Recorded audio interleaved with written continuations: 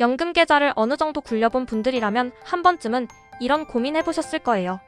연금 계좌에서 배당주를 팔지 않고 배당금만 꺼내서 생활비로 쓸 수는 없을까?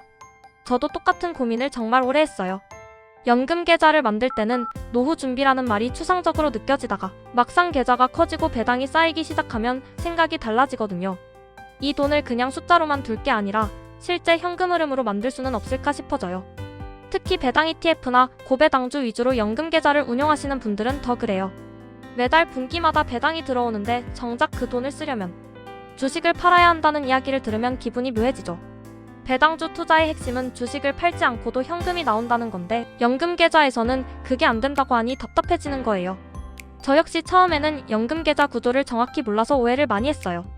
배당금이 들어오면 그게 바로 내 돈이라고 생각했는데 막상 인출 규정을 들여다보니 생각보다 복잡하더라고요. 그래서 오늘은 제가 직접 공부하고 실제로 설계하면서 정리한 내용을 기준으로 연금 계좌에서 배당주 매도 없이 배당금을 받는 전략이 과연 가능한지, 어디까지 가능한지 솔직하게 이야기해보려고 해요.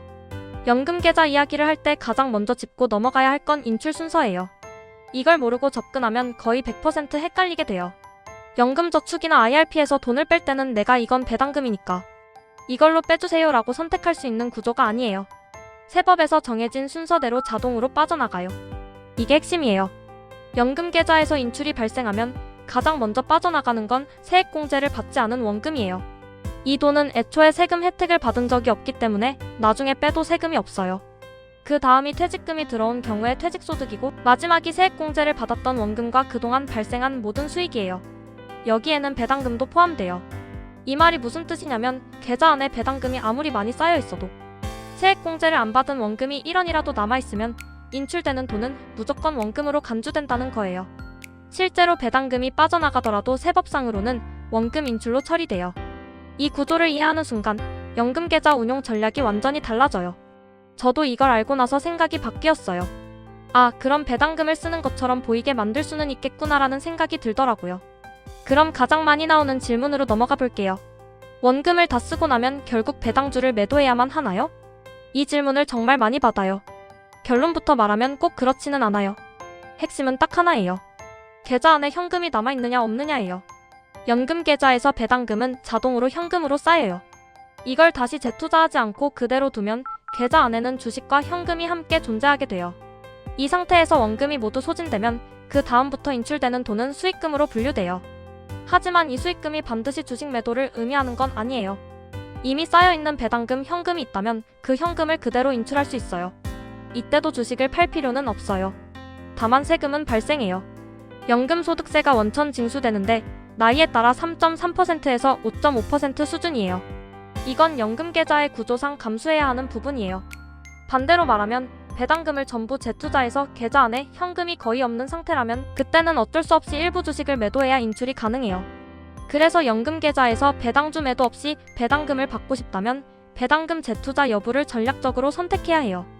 여기서 많은 분들이 떠올리는 전략이 바로 연금 계좌 2개 분리 운용이에요. 저도 이 방법을 실제로 설계해봤고 지금도 가장 현실적인 방법이라고 생각해요. 하나의 계좌는 세액공제를 최대한 활용하는 용도, 다른 하나는 세액공제를 받지 않고 원금을 쌓아두는 용도예요. 세액공제를 받는 계좌는 말 그대로 절세용이에요.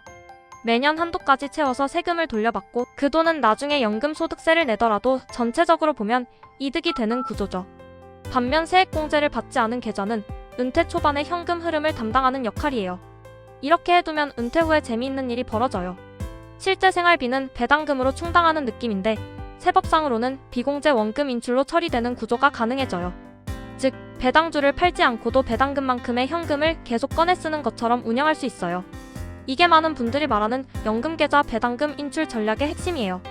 물론 이 전략도 무한정 가능한 건 아니에요. 언젠가는 비공제 원금이 바닥나게 되고 그 이후부터는 수익금 인출 구간으로 넘어가요. 하지만 그때까지 계좌를 잘 키워놨다면 이미 충분한 배당금 현금이 쌓여있을 가능성이 커요. 그러면 주식을 급하게 팔 필요 없이 쌓여있던 배당금부터 천천히 인출하면서 연금소득세만 부담하면 돼요. 다만 여기서 꼭 조심해야 할 부분이 있어요. 바로 연금 수령 한도예요.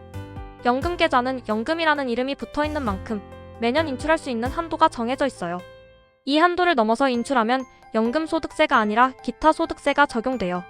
세율이 16.5%로 확 뛰어요. 이건 정말 아까운 상황이에요. 그래서 연금 계좌에서 배당주 매도 없이 배당금을 받는 전략을 쓰려면 단순히 배당만 볼 게 아니라 연금 개시 시점, 연간 인출 금액, 계좌별 잔액까지 같이 설계해야 해요. 대충 배당 나오니까 쓰면 되겠지라는 접근으로는 절대 안 돼요. 오히려 그렇게 하면 세금에서 손해를 보게 돼요. 정리해보면 이래요. 연금 계좌에서 배당주 매도 없이 배당금을 받는 건 이론상 불가능한 이야기가 아니에요. 다만 조건이 있어요. 배당금을 재투자하지 않고 현금으로 관리해야 하고 세액공제 여부에 따라 계좌를 분리해서 운영하는 게 훨씬 유리해요. 그리고 무엇보다 연금 수령 한도를 철저히 지켜야 해요. 저는 개인적으로 연금 계좌를 수익 극대화 계좌라기보다는 현금 흐름 안정화 계좌로 바라보는 게 맞다고 생각해요. 젊을 때는 수익률이 중요하지만 은퇴가 가까워질수록 중요한 건 매달 들어오는 돈의 안정성이거든요. 그런 관점에서 보면 배당주 중심의 연금 계좌 운용과 배당주 매도 없이 배당금을 받으려는 전략은 충분히 고민해볼 가치가 있어요.